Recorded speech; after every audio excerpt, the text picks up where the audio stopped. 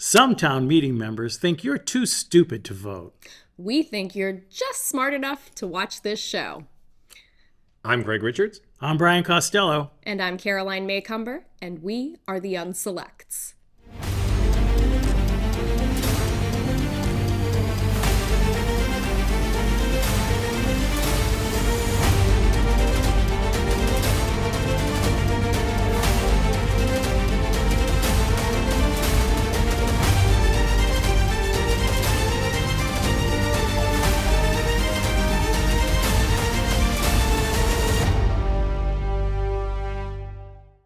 All right, we're back with the old format.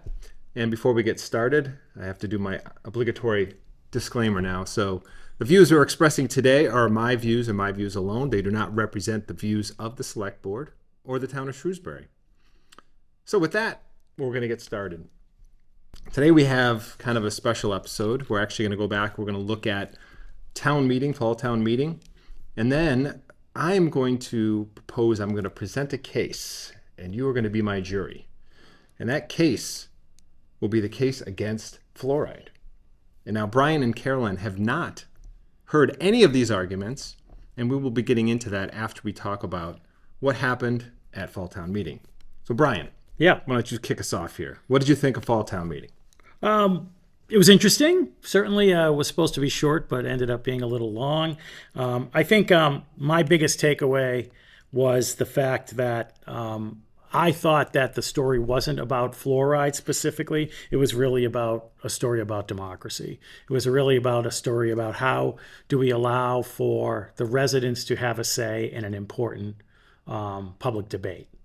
And afterwards, I had many a debate online with folks trying to basically say that. I also tried to say that in the town meeting, although during that debate, I did not get called on. Yeah. So let's back up for a second, because there might be people at home who don't know what we're really talking about at all. So one of the articles, it was Article 7, was a citizen's petition. That citizen's petition was not directly about removing fluoride from drinking water in Shrewsbury. And the reason is because there is a Mass General Law, Chapter 111, Section 8C, that actually puts that into the Board of Health's hands. However, it does allow, if the Board of Health should make a change to the level of fluoride, that the residents of a community can go to a referendum similar to what we did on the MBTA communities, and they can bring that issue to a townwide vote.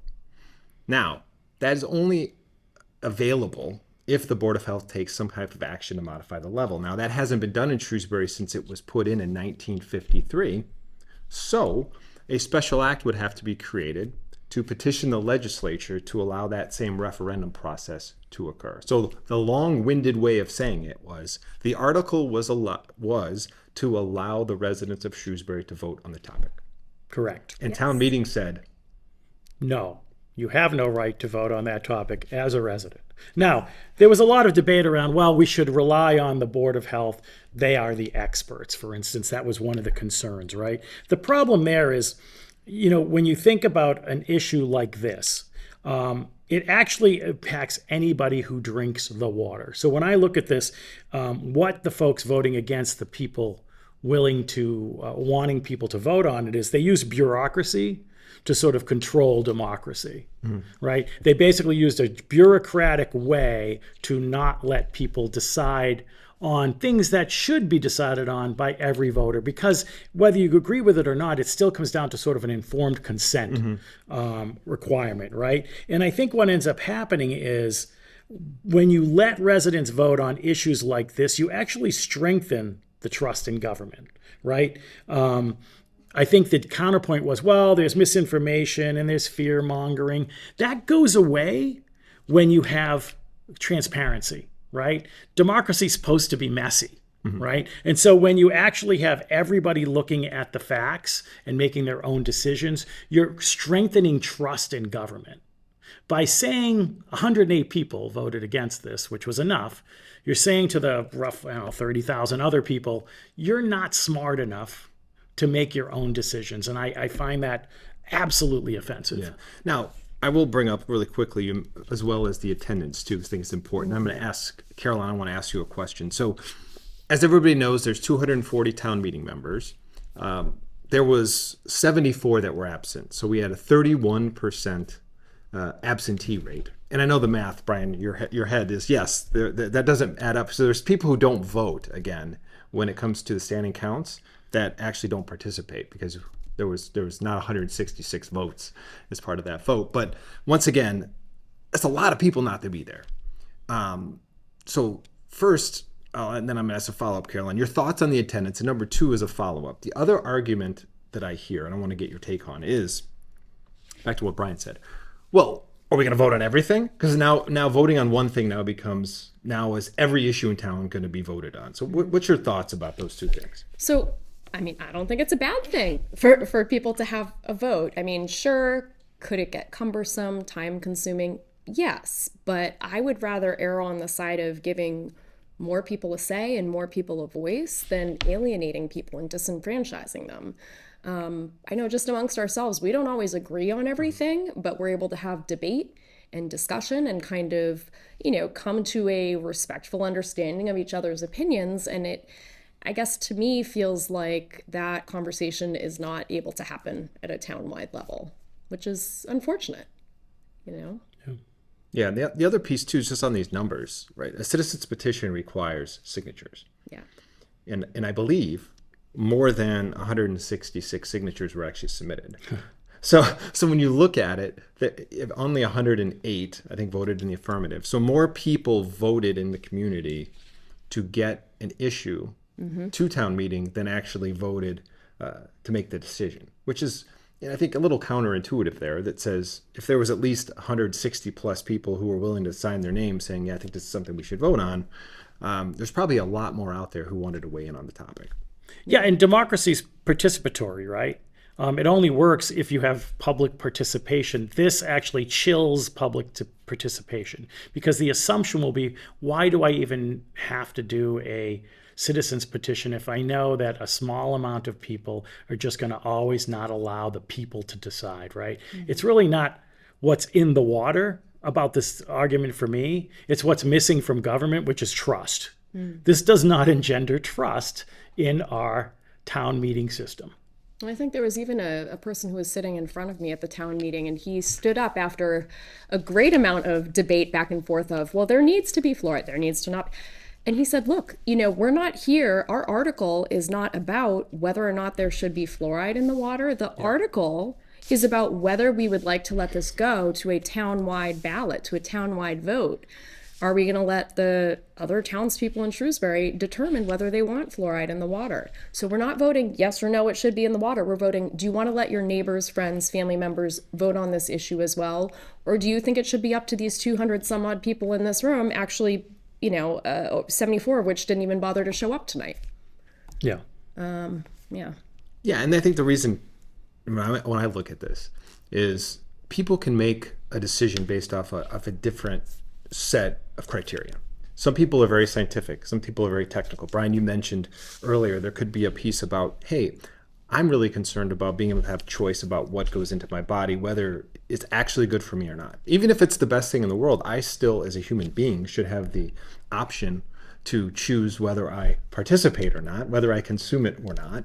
And in this particular case, what else is, water. Without water, you die the soonest, right? You can go a long time without food. Without water, you don't go very long. So it's a very critical thing and a very critical service that's delivered to our homes. And you should have, a little bit more of a say about what is actually in that water. So we're going to dig into this very deep here in a second. But before we do, I do want to cover a couple other things that we're talking about on town meeting. I know, Caroline, I think you made a comment to me about the ambulance. This was shocking to me. So having grown up in Westboro downtown, I would hear the fire engines and the ambulances all the time. I even had a friend whose dad worked in the ambulance in town. And I didn't realize until this article came up at town meeting, I didn't know that we didn't have ambulances at our fire stations in Shrewsbury. Apparently we've been contracting it out to UMass maybe, and relying on other towns. And I was almost embarrassed because here we are, we're bigger than Southborough, Westboro, Northborough, all these towns that surround us outside of Worcester. And we're relying on them to help usher our people off to the hospital in their time of need. So that to me was like, oh my gosh, I had no idea we didn't have these things. But, and we can dive into it more, but it did almost feel a little bit like the cart before the horse, which seems to be par for the course with a lot of things we come across in town. But I'm like, we're talking about buying the ambulance, but we haven't even voted on like whether we want to expand this part of. I will explain. I will come from. I will come from the selects side now. Yeah. I'll be the, I'm from the government. I'm here to help. Yeah. So I will explain a little bit. So the ambulance actually does sit at the fire station on Harrington Ave, right across between the CVS and Walgreens there. We have contracted with UMass for a long time, and I think we are paying approximately somewhere like $85,000 for that ambulance to sit there. And keep in mind, 100% of the revenue that they get, they bill insurance, we don't get anything. So the reason why we were moving forward to looking at doing it ourselves was because the actual service level is going down, meaning there's averages in saying how long should it take, within how many minutes when you call for a service, should that ambulance be there? And UMass is really slipping, and they're not actually meeting, what they say industry standard time. So we're not providing the level of service we should to the residents, which is why we needed to go ahead and move this forward. The reason why you're saying cart before the horse is just purely lead time of something like that. Unfortunately, there's no lot where you can go to and say, I want to go take a look at an ambulance and I'll take the one over there, the blue one, right there. That's the one I'll take. You have to order it way in advance, and it can take 12 to 18 months to get the ambulance. So if you waited until you had the staff, they would have nothing to do for a year, and we don't want to pay people to sit around. So in reality, you need to have the ambulance. So once that shows up, your staff is trained, ready to go, and they arrive at the same time, and boom, we're off and running. The beauty of this is, theoretically, it should pay for itself. Meaning, when we're out billing insurance companies for the services we're providing, that should offset the staffing costs and the cost to run the program. And it also allows us to get 8 EMTs/firefighters, because those who would be on there would be ideally dual trained. I mean, there'd be firefighters and EMTs and potentially even paramedics. So that's a plan. That's a longer term plan. But to your point, I think it is good. We're moving down that path to be more self-sufficient in a town of, and it seems to be self-funded. Yes. To your point, right? Yes. We're collecting the money. The data presented, and I'm sure we'll get more presentation from it, is that this pays for itself, reduces cycle time, so it's a win. Yep. I am also shocked that we didn't have this previously, though, to be honest. Really? I know. We'll have the Westboro guy pick us up on the way. Just pick us up on the way. You're going by anyway. Just grab me on your way. I mean, the other thing, I guess, that was really on there was the high school feasibility study for the expansion. Yeah. Thoughts? This could be a whole separate episode. We'll get there. Yeah, we won't be taking it too far. Yeah, I mean, it's the shell game of high school and school funding, right? If we don't do it, we lose it. But if we do it, we might lose it anyway. I find it to be frustrating. I think somebody brought up in the meeting that it's going to take years and years anyway. I think I said to you, your young son who just started middle school will not see this high school or this expansion when he goes there. And so for me, I just think I voted against the original way to do this, because I really think that I don't know if the town's ready to spend that kind of money. I would have rather seen a lot more debate on, this is going to cost approximately X. Should we go down this path? And I think that was the point of the feasibility study. Yeah. It should be able to give you options, and they go down it. And the problem, I do have problems with the MSBA process. Yeah. So the MSBA, just if people at home don't know, a percentage of sales tax goes to it. Yeah. I think it's actually 1 penny for every dollar gets funneled in, which is a lot of money in a given year. So if you want to participate, and the big carrot is, we'll pay for approximately 50% of your project. So no town really wants to go down and pay for a school 100% out of some debt exclusion, because you're not going to get that passed. So you're almost forced to go down the process. And then they can say, of course, well, if you want our money, you're going to do it exactly how we say you should do it. Right. And if you don't get the money. So just like a lot of other things where it is kind of a grant, they call it a grant, I believe, is once again, you're left deferring to follow somebody else's process, even if it's always not 100% in the best interest of what we would want to do as a community. Right. But I'm still looking to see how many jail cells we're going to get out of this. From the warehouse project. It'll be 3 pickleball courts. So, Yeah, yeah. We're going to trade off the pickleball courts for the jail cells. So, any other items before we dig into this case, if I make you the case against the fluoride? I know. I think we talked about the bag fees are down, right? That was an issue. I think one of the things I was going to bring up is that it seems obvious that if you let a lot of apartment complexes into town, they don't use blue bags. They use dumpsters. They use dumpsters. Is there a way that you can, have a surcharge on these developers to cover that cost? I don't know the answer to that, by the way. It might be illegal. But there's ways of, in other words, why would let that get in the way? Yeah, have we thought about things, right?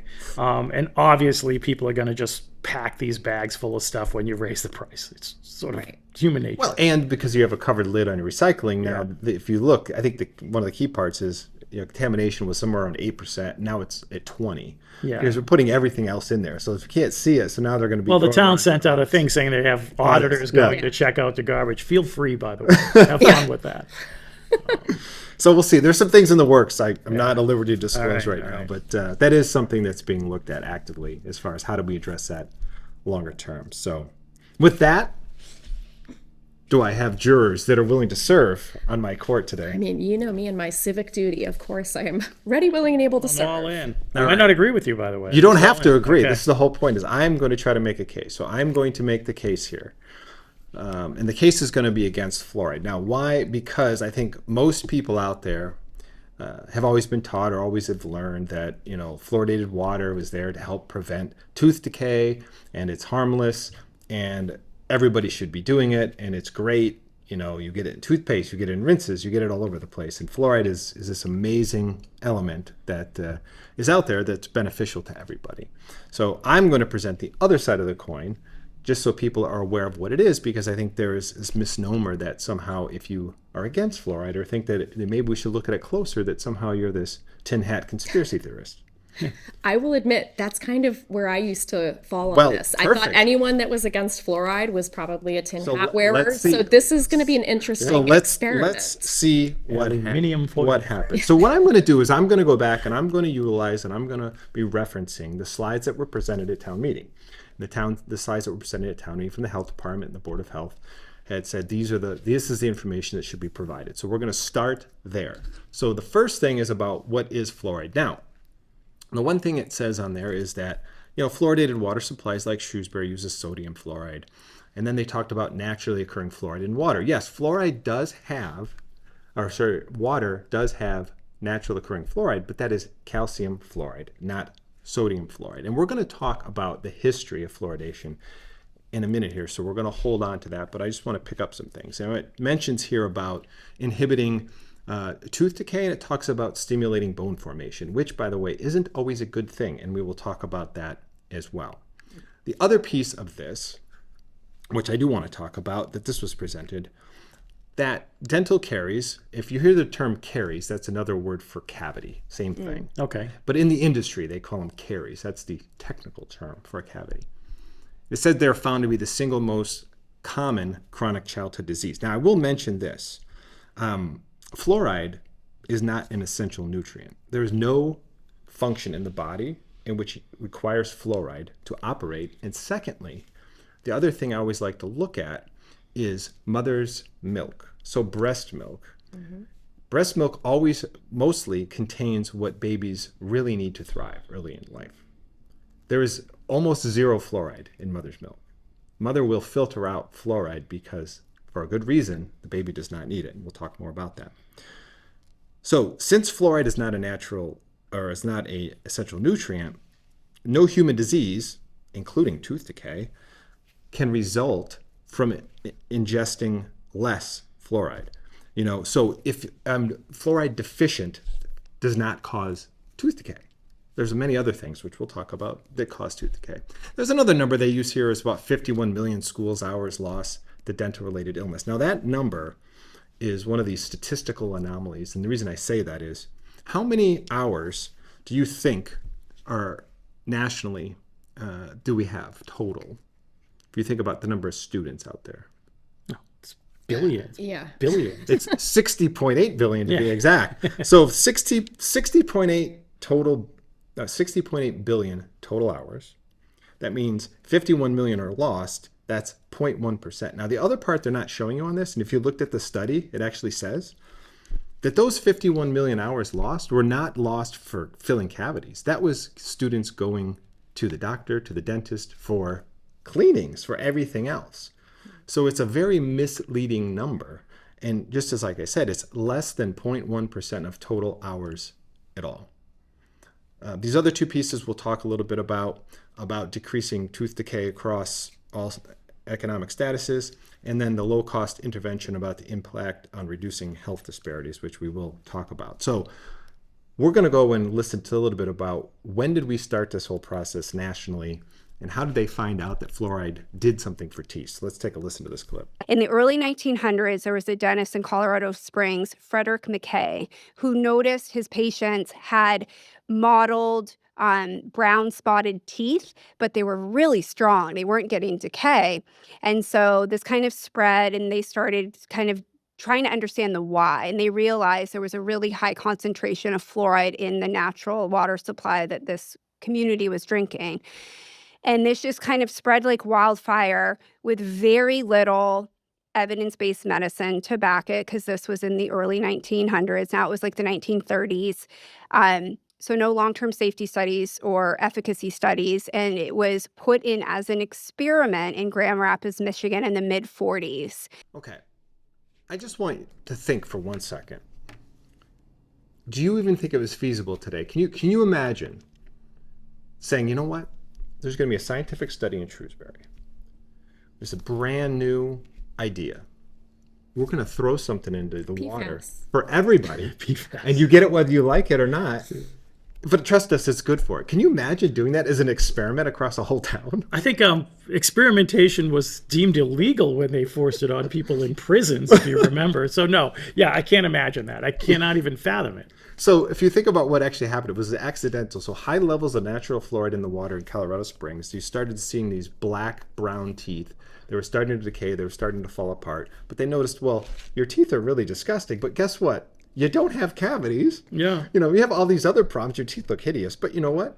Maybe there's something to this fluoride. So they, went ahead and did it. But what they're also not telling you here is what else occurred in the mid-40s. Say early 40s to the end of the 40s. Well, the World War II. Correct. And what was at the end? What was the last thing that kind of happened? What stopped that? The nuclear bomb. Very good. And that was a Manhattan Project, right? Yeah. So one of the things, you guess what you need a lot of to enrich uranium to make an atomic bomb?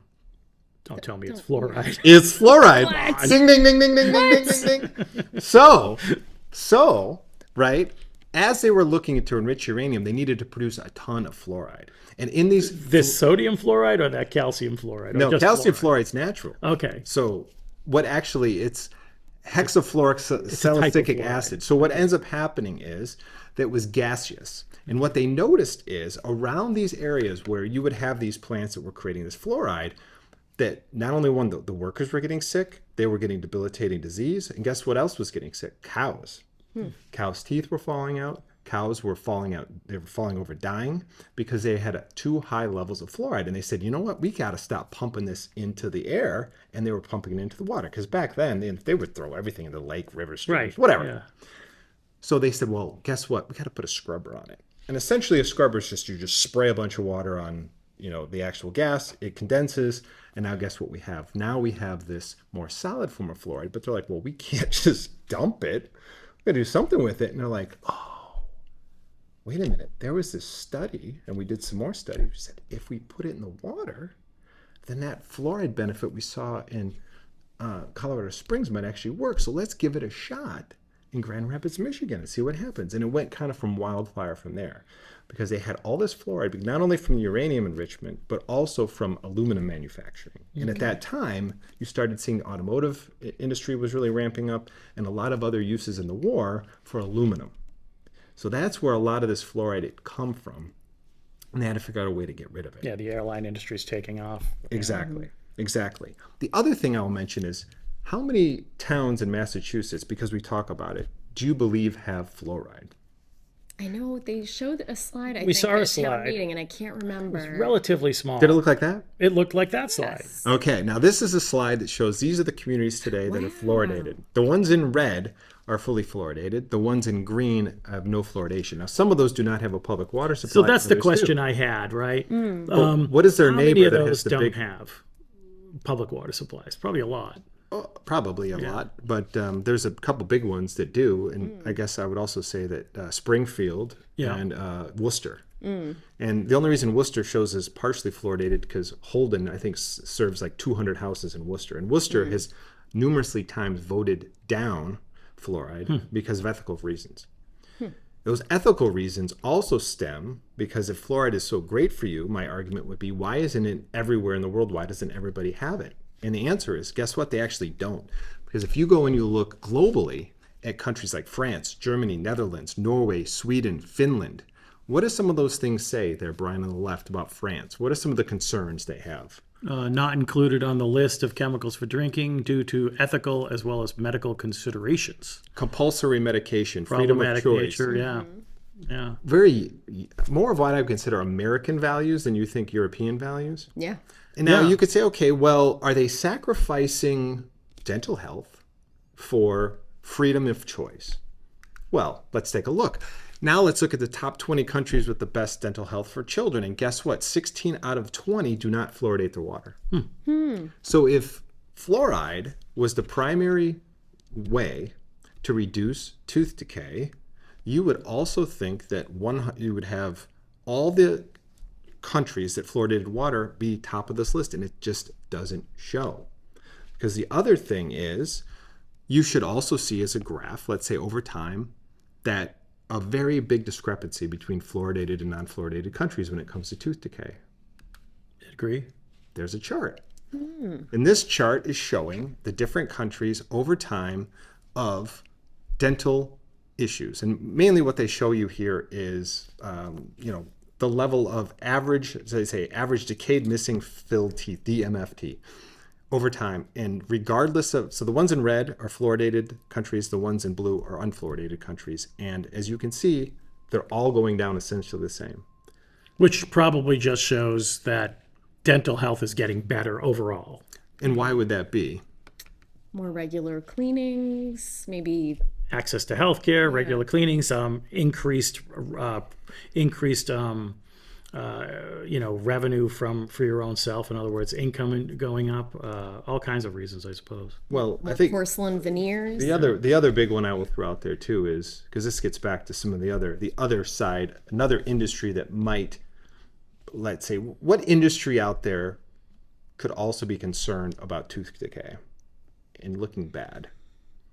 Junk food. Bingo, the sugar industry. The sugar industry. So if you go back and look at the studies, the sugar industry, because back as they started to increase sugar in foods, promoting pies, you think about the 40s, 50s and all that, they were just, throwing sugar in everything. This is when you started having Coca-Cola, Pepsi, all these things coming up. Well, they couldn't be saying, well, we don't want people to stop drinking or eating our products because of cavities. So let's find another way. And they started funding a lot of the studies on fluoridation, saying, well, if we put fluoride in the water, maybe you can strengthen the teeth, and say, well, if you don't have fluoride, you're going to be at risk of cavities. It's not the sugar, it's the lack of fluoride. So that was another industry that was really pushing it. So diet is the biggest way. And if you look in the animal world too, I don't have all the stats in this. yeah. Humans are the only one of the very few animals, let's say, who get cavities. And it's pretty much 100% based off diet and what you're eating. Could you possibly do a chart or find a chart that shows? I would imagine when I looked at those countries, they're also not high sugar consumption countries compared to the United States. Well, I think France was on there. Don't they have the whole pastry thing? I always wanted to be a pastry chef. They have like the French pastry. True, yeah. But I think the French diet, until it got kind of like Americanized, was actually moderation on a lot of things over like a lot of natural foods. But for now, let's just say that was the case. But we would say that, but there's a lot of personal choice and personal behavior, not only in your own oral health, but what you're eating, how you're taking care of yourself. There's a factor. So let's dig into what I'm going to base majority of the rest of what we're talking about is a court case. Now, this court case is Food and Water Watch versus the EPA, the Environmental Protection Agency, and The very interesting piece of this is, ironically, it's a citizen's petition. Yeah. So there is a citizen's petition as the Toxic Substances Control Act. That act allows any citizen of the United States to sue, let's say the EPA, over a specific chemical, and forces the EPA to take action or to review it as part of a lawsuit, where if they're unwilling to do it themselves. So this group sued the EPA and said, we want to sue you about the use of fluoride. Mm-hmm. So a citizen's petition to Article 7, the citizen's petition of actually starting this lawsuit back in 2016. It lasted 7 years, and there was a ruling, and we're going to talk about the ruling, but I'm going to walk you through some of the arguments to show you how the judge got to where he got. Let's go through that. Okay. The other piece about fluoride I want to mention quick is the other reason I think you started seeing some of those declines is that fluoride in toothpaste. Fluoride's more effective acting topically, meaning on your teeth, not swallowing it. Okay, so if you really want the most benefit of fluoride, you would put it as toothpaste or a rinse or something like that. You're not going to ingest it. If you purely just ingested it, it's really not doing anything for your teeth. Now, how do I know that? Well, let's go to the experts who should know something about this. This first clip we're going to talk about this is the director of the Oral Health Division of the CDC. Now, these are depositions. Mm-hmm. So these are under oath in a court of law. Got right, it. Brian? So what he's saying here, he's a penalty of perjury if he's lying, correct? Correct. Okay, let's listen to what he says about fluoride. Returning back to the document, page 937, CDC continues, however, laboratory and epidemiologic research suggests that fluoride prevents dental caries predominantly after eruption of the tooth into the mouth, and its actions primarily are topical for both adults and children. Did I read that correctly? Yes. So CDC recognizes and accepts that fluoride's predominant mechanism for preventing tooth decay comes from fluoride's topical contact with the outside of the enamel, correct? Predominantly, that's where the benefits are, yes. Okay. There are some benefit to systemic exposure. Now, he says some benefit to systemic exposure. We're going to see when they actually ask and say, okay, can you tell me a little bit more? Can you show me some evidence in that? Let's see what he says about systemic exposure now. So what studies does CDC base the statement that fluoride also has a systemic effect?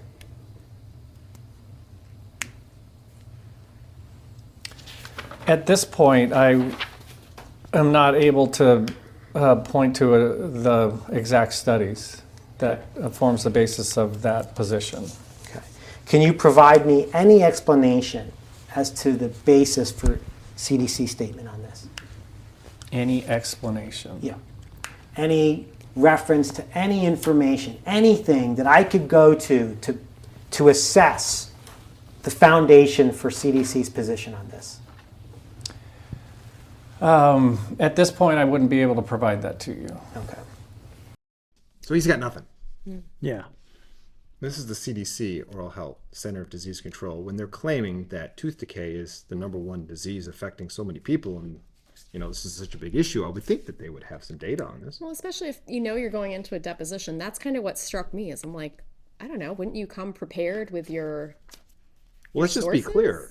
Maybe. When you go into deposition, you can't surprise people. You're supposed to be able to tell, like, these are the questions I'm going to ask you, so they can be prepared to answer, Yeah, that's right? true. Yeah. So it's not like you can just show up and ask any question and expect them to have immediate answers. So let's keep going along. The next piece from our Board of Health, or our health department, talked about the levels of fluoride and saying, well, I don't know what the big deal is. They allow for 4 milligram per liter concentration. There's this other secondary containment level goal of 2. We're way down in this 0.7. What's the big deal? Now, the thing I'm going to show you and prove to you unequivocally here is that note about maximum contaminant level of 4.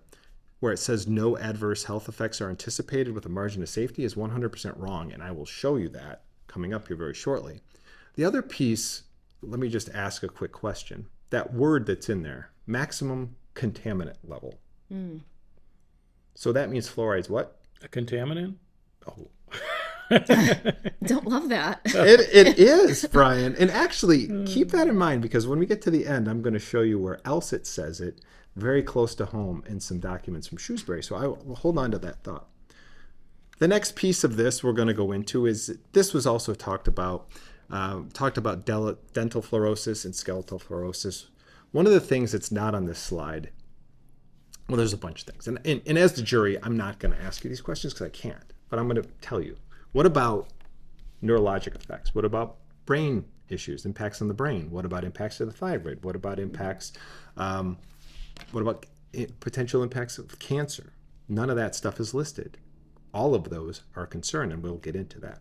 But first, let's just start here. And we're going to start, where did that 4 number come from? And I think you're going to be a little surprised to know where it came from.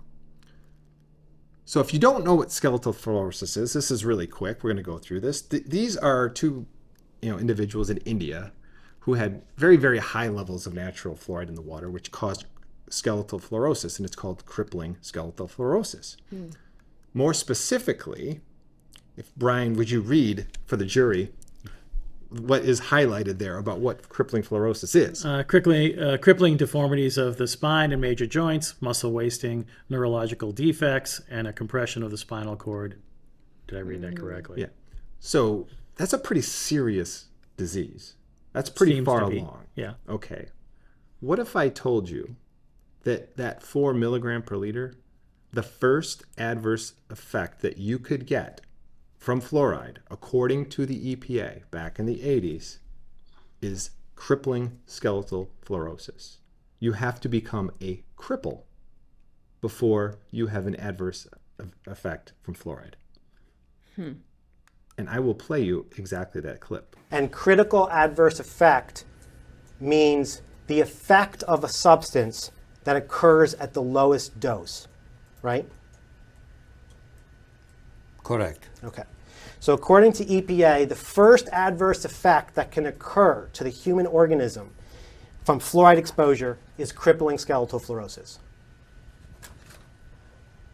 Correct. Okay. So that is the first adverse effect that the EPA says can be caused from ingesting too much fluoride in your water. I mean, if that's the first one, I want to know what happens after.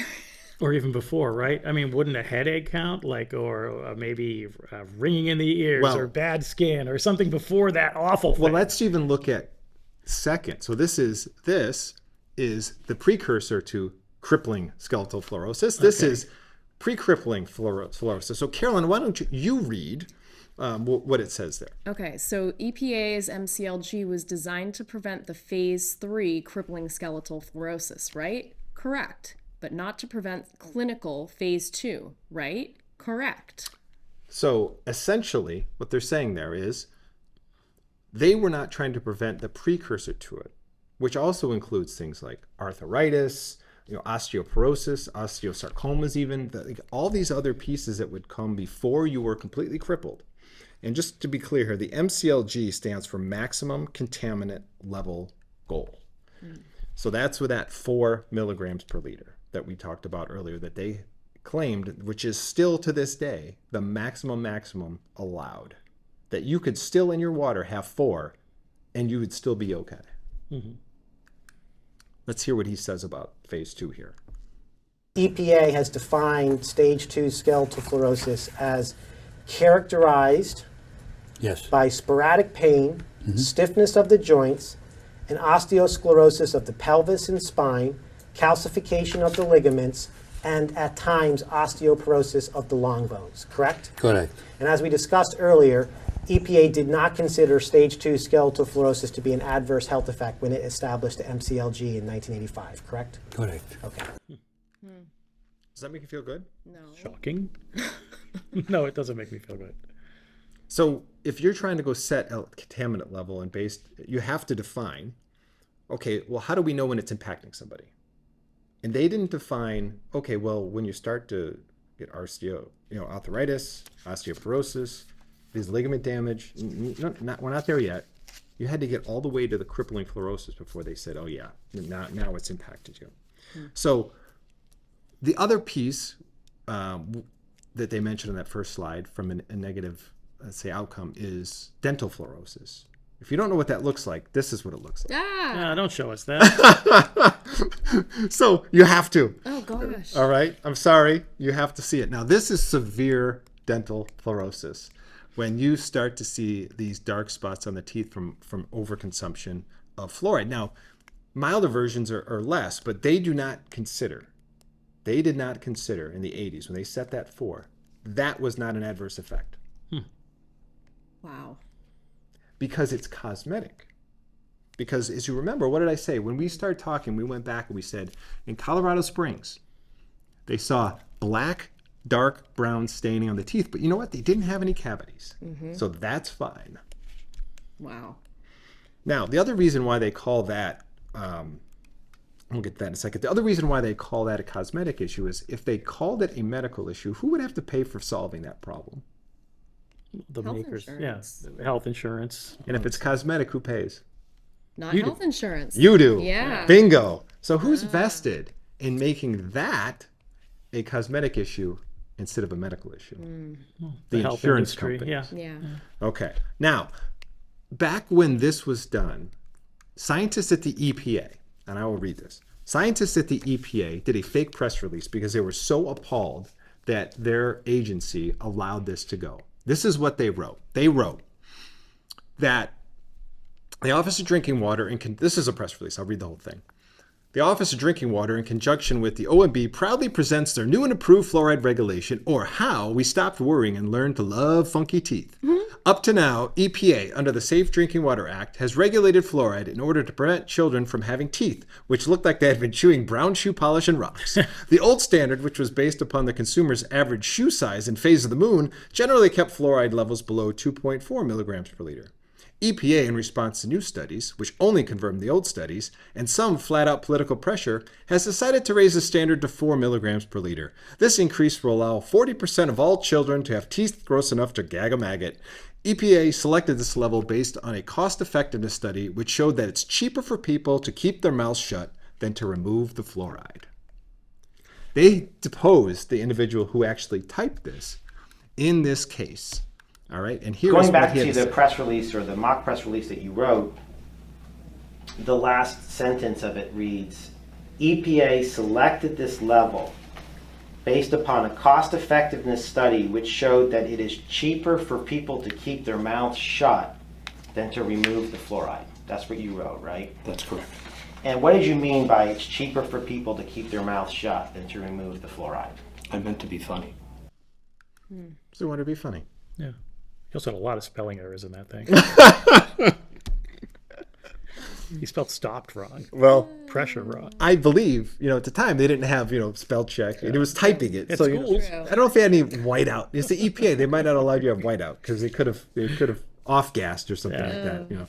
But anyway, all right, moving on. So fortunately, in 2006, the National Research Council actually came out with some new standards since the 80s. And they did start recognizing that the precursing stages to skeletal fluorosis should be looked at, and that the dental fluorosis, the white spots of the teeth and darkening of the teeth, should actually be considered an adverse effect, and made some recommendations on levels and wanted to keep that level well below 2. And that's when you start seeing people in the 1, 1.2, and then down into the 0.7 because they started realizing, hey, there's an effect going on here. But one of the things they really never looked at, they never looked at neurological effects. They weren't looking at it. However, there's been a lot of studies that have, and I'm going to move right into how does this impact the brain. And there's some testimony from the director of Chemical and Pollutant Assessment Division of the EPA around the National Toxicology Program.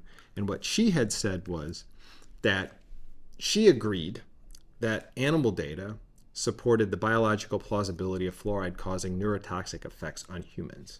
So they started seeing this, a lot of studies. And as a matter of fact, there's been over 400 studies showing that fluoride is a neurotoxin on the brain. 200 in animals, 79 in humans, linking low to moderately high fluoride exposures to reduced intelligence. And the NIH itself funded 10 studies on fluoride, and all 10 of those found neurotoxic effects. So when you start thinking about neurotoxic effects, who knows the dose to prevent neurotoxic effects? There's got to be a dosing now. So, okay, I know you said crippling fluorosis, we looked at the teeth, but what about neurotoxic effects? Who would know? So, well, I guess you could start at maybe the manufacturer of the fluoride. Maybe they know. So they FOIA'd information, and they got a little information back from one of the manufacturers, this company called Solvay, and Solvay says, hey, I'm not taking any actions to determine the daily dose of fluoride that won't cause neurotoxic effects. So they didn't know. So the next person they went to is National Sanitation Foundation. Now the NSF is the agency that validates chemical products that can be used in water. So they have a stamp to make sure it's good. So let's see if they knew what the level should be. Has NSF taken any steps to determine the potential for fluoridation chemicals to cause neurotoxic effects? No. Does NSF have any position on whether fluoridation chemicals can cause neurotoxic effects? Since we have not conducted our own risk assessment on the fluoridation chemicals, we do not have a position on whether they are able to cause neurotoxic effects. Okay, so she doesn't know.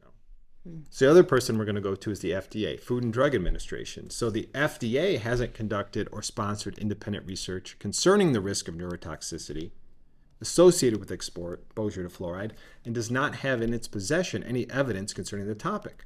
The FDA has no position on it, which is very interesting because if you also look here on a claim the FDA made earlier, this was back in the 80s, and what it specifically says is, if health claims are made for fluoride-containing products, e.g., they reduce dental carie incidence. Now, toothpaste does that, but what did we just say that everybody talks about when it comes to fluoride in the water? What is it doing? It's helping with tooth decay. Which would be what, Caroline? It seems like a health claim. Yeah, no, that's exactly how I'm reading Right. this. So, if it's a health claim, do they mandate that fluoride-containing product be considered a drug? Well, when fluoride, when used in the diagnosis, cure, mitigation, treatment, or prevention of a disease in a man or an animal, is a drug that is subject to Food and Drug Administration regulation. Now, I'm confused. But let's keep going because you guys have to make this decision. Yeah. Now, the other person we're going to go back to is the CDC. We already met our friend at the CDC. Now we're going to go ask him again, does he know what level is safe from a neurotoxic effect standpoint? Let's see what he says. CDC does not have any data on the tolerable upper fluoride intake for neurotoxic effects for infants. Yes. Okay. And you see how the definition also includes toddlers. So CDC does not have any data on the tolerable upper fluoride intake for neurotoxic effects on toddlers. That's true. Okay. And CDC, as you sit here today, is not aware of any data in the published literature that would define the tolerable upper fluoride intake for neurotoxic effects on children. As a rep of CDC, to my knowledge, we don't have any knowledge about that. Okay. Now, he's talking a lot about infants and toddlers, and we'll explain why in a minute. But once again, CDC doesn't know. So we still don't know anybody who has a reference level on what level could have neurotoxic effects on humans. So back to the health slides from our health department and the Board of Health. They mention this whole national toxicology program on this monograph. And it talks about, that there was confidence, some IQ issues above 1.5 milligrams per liter. It talks a little bit about studies and essentially focusing that studies weren't done in the U.S., which I find interesting because I believe human beings live all over the world, not just in the U.S. So that also mentions 19 studies, high quality with a low chance of bias. What she didn't mention here is that 18 of those 19 studies found neurotoxicity, 7 of which were at levels present in optimally fluoridated communities such as Shrewsbury. So 7 of the 19 found neurotoxic effects at a 0.7 milligram per liter concentration, which is what we have here in Shrewsbury. And the last bullet is essentially, there was a group of people who have vested interests of keeping fluoride in that didn't like this report. That's effectively what it says. I do remember, though, on that, she also did say, right, she discounted it primarily because those are other countries and there's all kinds of other things that probably impacted their teeth and dental, not just fluoride. I think that was the more or less the argument. I Yeah, kind it of was her remember question that of too. like causation versus correlation. Right. However, the effect is IQ, and the effect would be fluoride exposure. Now, the level, which we'll get to, is, okay, well, how much fluoride and how much of an effect is it based off that, the amount you're ingesting. Yeah.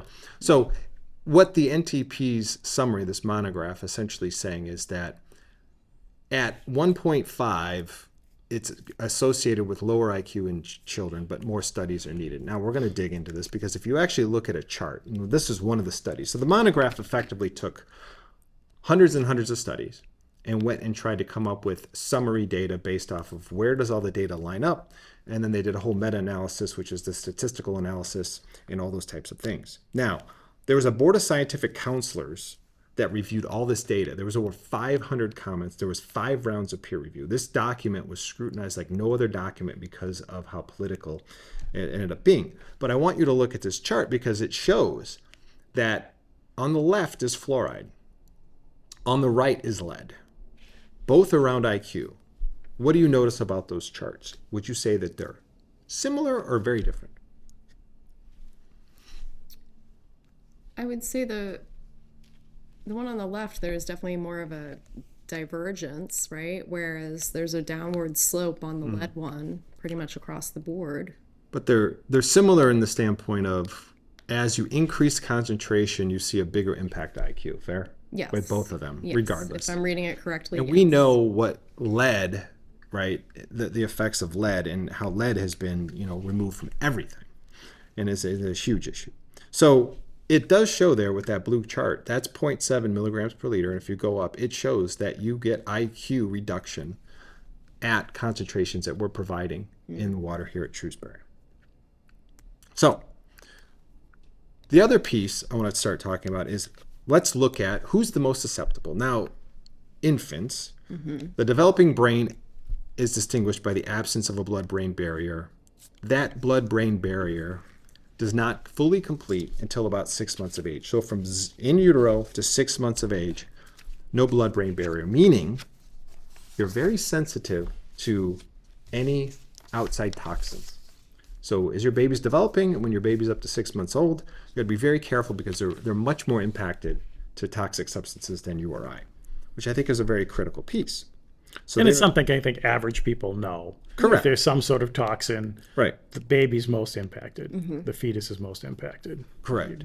So the question would then become, does the EPA actually look at anything regarding infants and a tolerable limit? And it says that EPA has not done any analysis to determine if there's an upper limit with fluoride in infants and when these neurotoxic effects may actually be shown. So the only reason why, in my case here today, is there has to be a benefit, because if there's any risk at all as a developing infant to 6 months old, there has to be a benefit.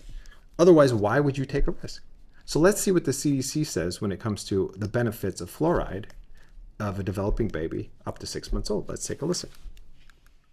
So if a pregnant mother wrote an email to CDC asking, if I drink fluoridated water during my pregnancy, will that provide a benefit to the teeth of my baby? CDC would not answer yes to that question, correct? If we were to get an email as such, we would summarize our understanding of the evidence in saying we have not found evidence that supports benefit, that shows benefit to the child if ingested, if community water fluoridation or some other form of fluoride is ingested by the mother. Okay, no benefit to the mother. Now let's look at up to 6 months of age. Is the CDC aware of any evidence demonstrating benefits from consumption of fluoridated drinking water during the first 6 months of life? We are not aware of any evidence. So no evidence of any benefit if the mother consumes fluoride to the baby, and up until 6 months of life, no benefit to the child. Because there's no teeth. And like we talked about before, the benefit is topical. So if I got no teeth, the systemic consumption of fluoride doesn't help me at all. Now, we went back to the EPA, because the EPA is the one who's supposed to be governing this limit. We're going to say, okay, well, do they agree that there's some issue, or that now with all this evidence, that they should be looking at what is the limit when it comes to this brain impact of fluoride? Let's see what they say. As it stands now, would you dispute that fluoride at concentrations above 2 parts per million is associated with neurotoxic effects? I think there's something going on. I'm not sure exactly at what level. And there's something, you would agree that above 2 parts per million, something's going on? Objection. The systematic review that NTP did, and I think the Vernier also is sort of pointing in that direction. Okay. Okay, it's pointing in that direction. Something above 2 is going on. The other piece is there's another scientist from the EPA that we're going to go to now, going to ask, based off the data, is this something that should be revisited as far as what recommendations are? So let's listen to her. I would agree that this study right here adds further reason why we need to do a reassessment of the fluoride safety standards in the United States. I think it's a reason for doing not just the United States. I think it's a reason for doing an update to the fluoride assessment. Everywhere. Well, for anybody who's interested in fluoride and the need for regulation of fluoride exposure. Right. And anyone interested in making sure that fluoride is safe for consumption. That people are not overexposed. Yes. Okay. Okay, they're concerned that people are overexposed. Now, I know you're going to say, people might say, well, Greg, we're talking about 2 milligrams per liter. We're only at 0.7. Well, let's just think about this for a second. All people are different. The way that anything impacts you, Brian, if you drink a cup of coffee, the way caffeine affects you is different from me, different from Carolyn. When I'm an infant versus when I'm very old. Other thing is when people have problems with their kidneys, they can't filter out fluoride. If you ever go to a dialysis center, they cannot use fluoridated water because it's very bad. It can very have negative impacts on people.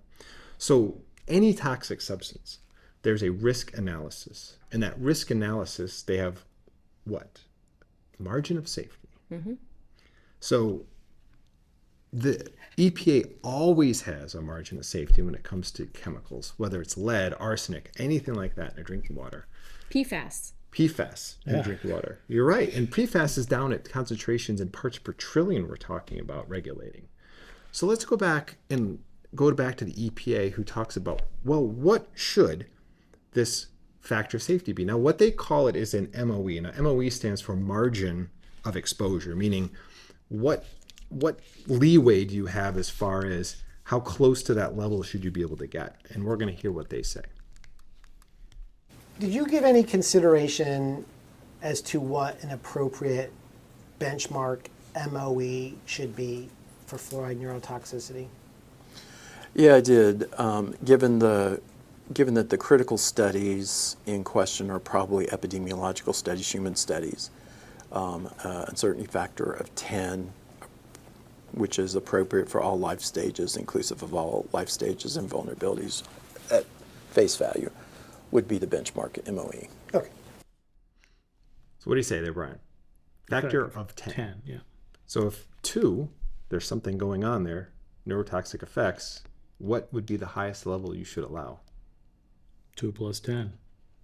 It's a multiplier. 0.2. 0.2. Yeah. And we're at 0.7. 7. Okay. So 0.2. Now, the EPA knows this, and there's a reason why they're not telling people this and why they're very hesitant to agree with what they do for every other chemical. And that comes to another slide here. And the reason they can't apply the uncertainty factor is because if they did, the reference dose, meaning the dose in which they should allow people to take or would want them to take or be in the water, would be below the optimal dose for fluoride ingestion, meaning the dose which they believe has any benefit, because that is above, like right around 1. And now this would say, well, you can't go above 0.2, so that would effectively end all water fluoridation. Yeah, it'd be too low to the effective rate according to them. Their own studies. I get it. Yeah. So you can't, there wouldn't be enough fluoride in the water to provide any benefit whatsoever, because it's too dangerous above 0.2. So we can't even put it in there at all. So if they admitted that and used their regular risk assessment, you couldn't fluoridate the water. Now, last thing on our health department, they mentioned this at town meeting. They mentioned this case. And what they actually said, this is how they explained the outcome of the case. They explained that the federal court ordered the EPA to take action and did not specify which action should be taken. That's all that was stated. Now I'm going to read you what it was actually the outcome of this case and what the court found. Here's what the court found. The court found that fluoridation of water at 0.7 milligrams per liter, the same level in Shrewsbury, presently considered optimal in the United States, poses an unreasonable risk of reduced IQ in children. An unreasonable risk for reduced IQ in children. It went on and said, there's substantial and credible evidence establishing that fluoride poses a risk to human health, associated reduction of IQ in children, and hazardous dosages that are far too close to fluoride levels in the drinking water of the United States. So the court, just to be clear, as you can read, at the levels we use today, is an unreasonable risk to IQ, because I can fill a cavity. I can't undo brain damage. True. That's a good point. Yeah. Yeah. And there are studies that show that over the lifetime, something like a quarter of a cavity potentially that even water fluoridation can even help with. And the risks that we're providing for the residents is unreasonable. The other, and it's something I think that we really should look at here as a jury, to look at that is how the court actually found the case. Now, the court did not have the ability to tell the EPA what to do. They just had to say you have to do something. Now they appealed. They only appealed on essentially not on the merits of the case, but on kind of like these grounds of, there's standing and other issues and things like that. So before I go and get your take on this whole piece, I'm going to go through a couple of things quickly. Number one is, this is supposed to help with cavities. That was the whole reason we're putting it in. Now, there is a textbook on dental caries written by a Dr. Feierskoff here. This is like the 4th edition textbook here. Now, he was one of the people who testified.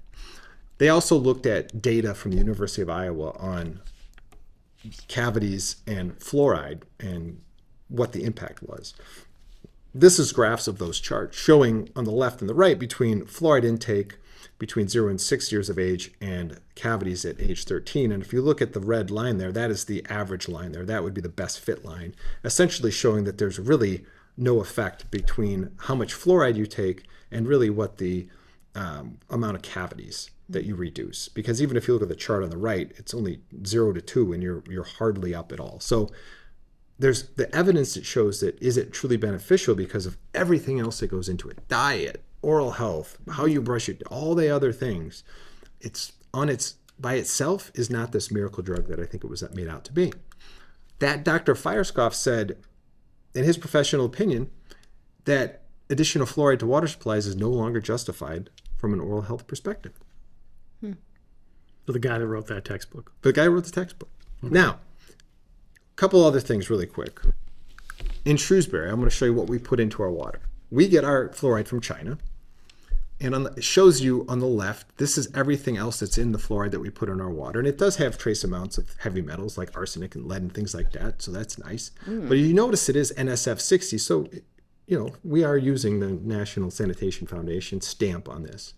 The other piece is a bill of lading on the right, which would be a palette of it. And if you can read that, Carolyn, what do I highlight there if you can read it? It talks about the description of it. It says sodium fluoride. And then what does it have in the box there? Does that say toxic? It says solid toxic. Oh, It does. boy. Yeah. So that would be a palette of it. I know people are going to go, Greg, you're being dramatic. The dosage makes the poison. Well, yes.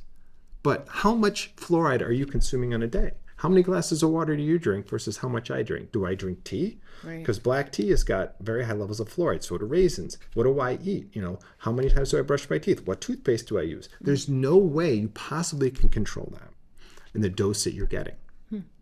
So the other piece I want to go back to, this is our water quality report. We talked about this earlier. If you look at this chart on the right, what does it say is on there, Brian, in the listing? What are those showing according to our water report? Barium, chromium, nitrate. What is above barium there? What does it tell you? Inorganic contaminants. Contaminants. Remember we said there were contaminants? And what is the last one there on the list? Fluoride, Right. parts per million. And what is the possible sources of said contamination? Erosion of natural deposits, water additive, which promotes strong teeth. Discharge from fertilizer and aluminum factories. So there you go again, about the aluminum factories. Because I'm pretty sure that we didn't have a lot of aluminum factories here in Worcester, in Shrewsbury. No. Maybe at one point. I No, don't know. we did not.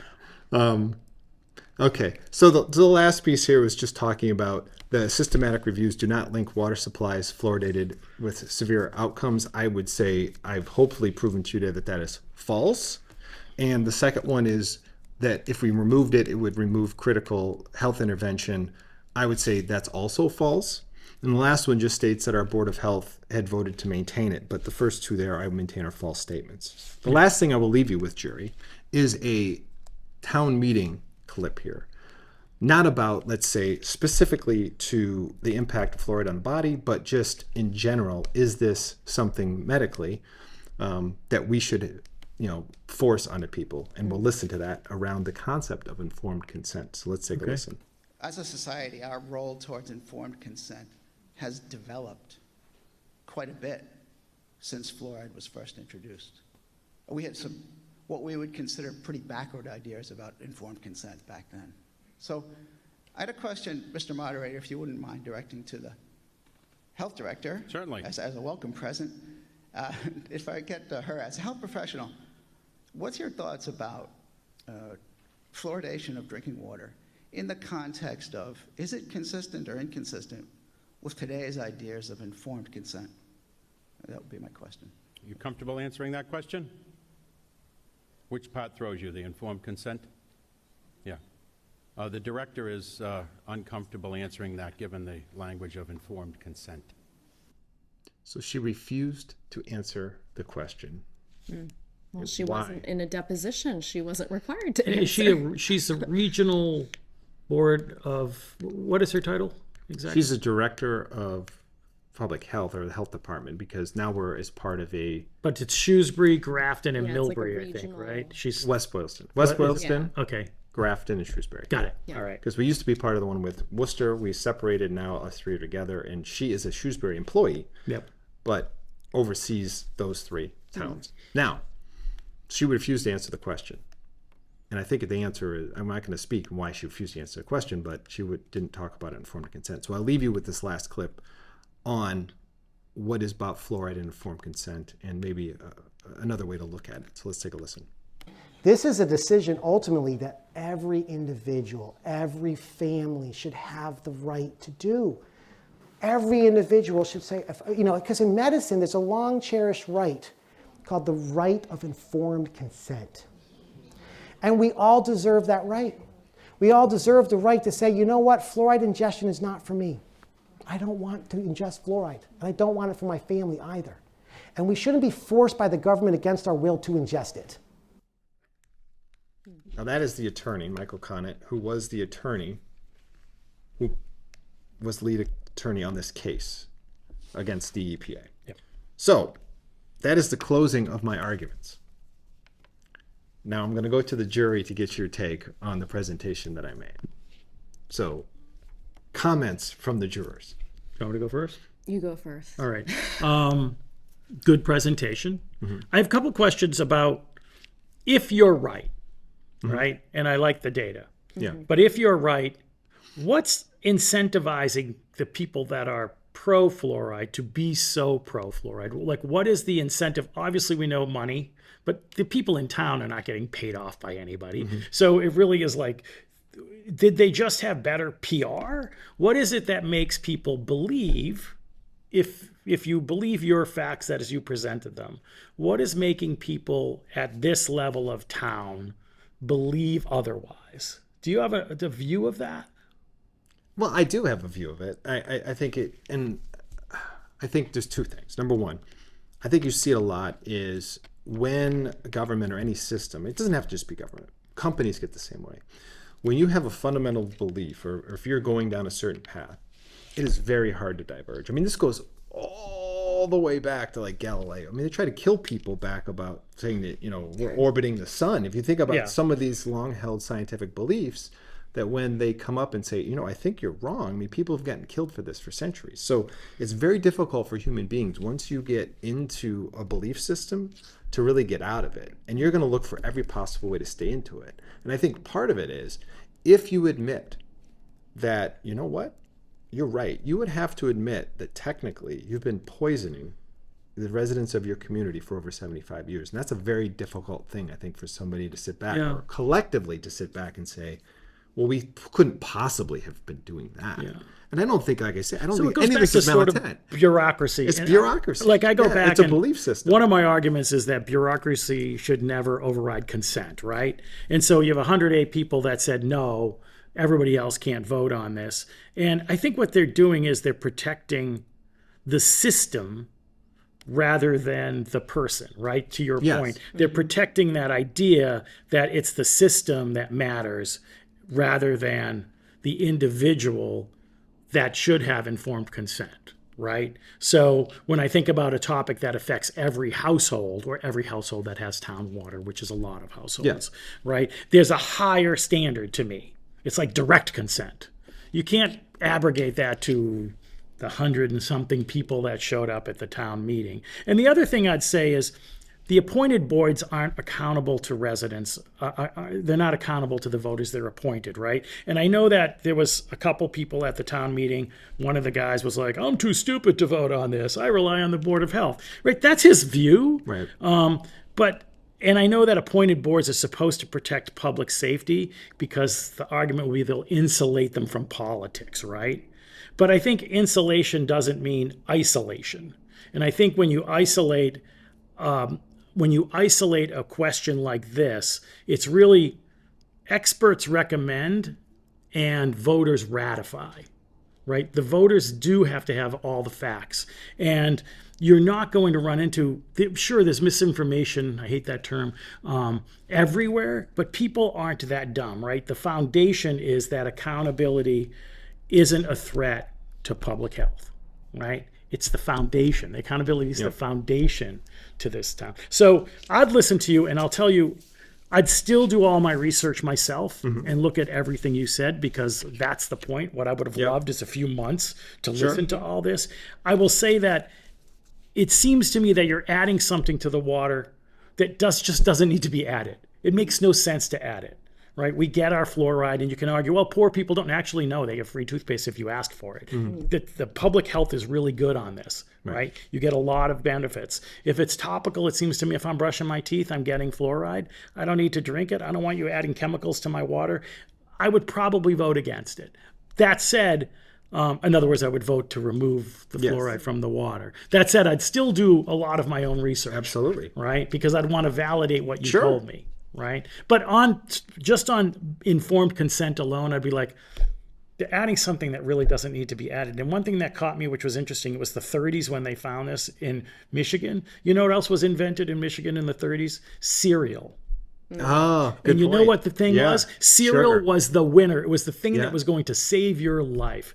What it really was a cheap product that I could sell to a lot of people and get it on your daily plate and just sell you. It's horrible for you. There's nothing good about it, right? And that was a decision that ultimately infected politics. It infected health policy. So I do believe there's probably bigger things. I don't want to be a conspiracy that's a really theorist, good point. but money, follow the money. Yeah, how far is Battle Creek from Grand Rapids? It's not too far. Not too far. Yeah. Okay. Juror number 2. Oh boy, this is tough for me because I have private well water, right? So this wouldn't even directly affect our household because we don't have town water. And I came here this afternoon thinking, if I had to vote on this tomorrow, I would say keep the fluoride in the water. It's how I grew up. I grew up with town water in Westboro. When we moved to a house with well water, the dentist prescribed us fluoride drops to give to our sons. But now, after kind of going through and watching everything, for me, I think the thing that sticks out most is that informed consent piece. I don't have to make that choice because I have well water. But I, as a town meeting member, I'm not a doctor. I'm not a chemist. I'm not a data statistician. I don't know that I would have the expertise, right, to make that judgment call. But I would say on the whole as a community, and I think I may have even said this at town meeting, maybe just offhand to you, but there's a lot of doctors that live in Shrewsbury, and there's a lot of really intelligent people that, like Brian, would do the research, would check the sources, and kind of come to their own informed conclusions. And so for me, I still go back to how I voted at town meeting, which was I said this should go to a vote. Yeah. Like, I don't think it's fair that me and 200 people should make a decision that's going to affect 40,000 residents of this town. I have to say, I learned some new things. I actually found this really interesting. Yeah, I did too. I know when we first sat down, I was like, I don't know, tin hat. But this I found very interesting. So I appreciate the time. And I will say, if anyone didn't watch town meeting, the young man from the high school who presented the article, he did a phenomenal job. And I think it takes so much courage to get up and to go through and do the citizens petition process. And I just thought he was so well spoken and did a really terrific job. So I encourage you, if you haven't gone back to watch town meeting, you should. It's a really good watch. Yeah, and I think to your point, one of the things that I did do before the meeting was I did research on, the level of education in Shrewsbury. Massachusetts has the highest rate of postgraduate degree owners in the United States. It's like 19% of Massachusetts, some big number, right? But it's the number one state. Shrewsbury has way higher than the national average and way higher than the national average, the state average of people that have postgraduate degrees. Now, does that always mean you're smart? Not necessarily. I have one. I can't say that I'm any brighter than anybody else. But what I can do is I can trust the people around me. I can trust my neighbors to look at data and make smart decisions. And I think using a bureaucracy to say, well, no, people that are unelected somehow know better, that might not have all the new data, because the Board of Health's primary goal is really food safety. It's like giving, if I'm not mistaken, they do permits for like, they check for food. It's three things. Yeah. It's food safety, lodging if you had more hotels and things like that, and septic systems. Yeah. That's the primary pieces. So you have the sanitarian that you have hired goes out and does those inspections, to your point. Yeah, and I can't say honestly, do the three people, is it three people on the Board of Health, right? 3 people. There's 3 people on the Board of Health. I think one is an occupational therapist, one is a physician, and one is a nurse, right? None of them are experts in dental fluorosis or whatever. I guarantee that, right? So again, it comes down to, are we getting presented enough data? Are they up to speed on the data? And are we making the right decision? And I can't imagine why we would add something to the water when, all I see online is how many people are complaining about the quality of our water anyway. How many people are even drinking this water? What's that cost?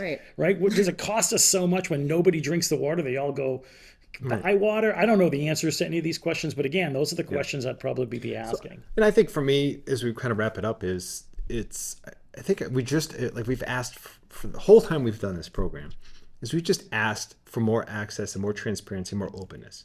So this is one area that, should we have a public hearing in front of the Board of Health where they have to dialogue? Because you could bring in data, but nobody ever answers you. And that's what the frustration is. You want a response. You don't want this, thank you for showing up, and then nothing. Well, you have to base your ideas on something. So we can debate. You can have an argument with me. Maybe you say, well, Greg, you're wrong about how you presented this today. Okay. Then provide your side of the story. That's why I wanted an election. Exactly. A debate. I wanted people to debate. And the idea that, there's a lot of misinformation out there. Debate it. Debate it. Come with some facts. Come with, exactly. Right? I would love somebody to come back and go, Greg, you are all wet and here's why. Fine. I want to hear that argument. Exactly. Right before I vote, and I want to make my own opinion. based on this, I would say early on, I would lean towards, taking it out just because of informed consent. And, but I want to hear that debate, and we would deny that. Right. And that's what really kills me. So we want to hear from you out there in the public. So please reach out to us if you watch us. Let us know what you think about the fluoride issue. So you can always reach us at contact@theunselects.com. You can also, if you want to, send emails to the Board of Health, send emails to the Select Board with how you feel about things, because that's the only way things in our community really get addressed, is people need to speak out and articulate what's important to them. So hopefully you enjoyed this, and we'll see you on the next episode. And with that, I'm Gregg Richards. I'm Brian Costello. And I'm Caroline Maycumber. And we are the Unselects.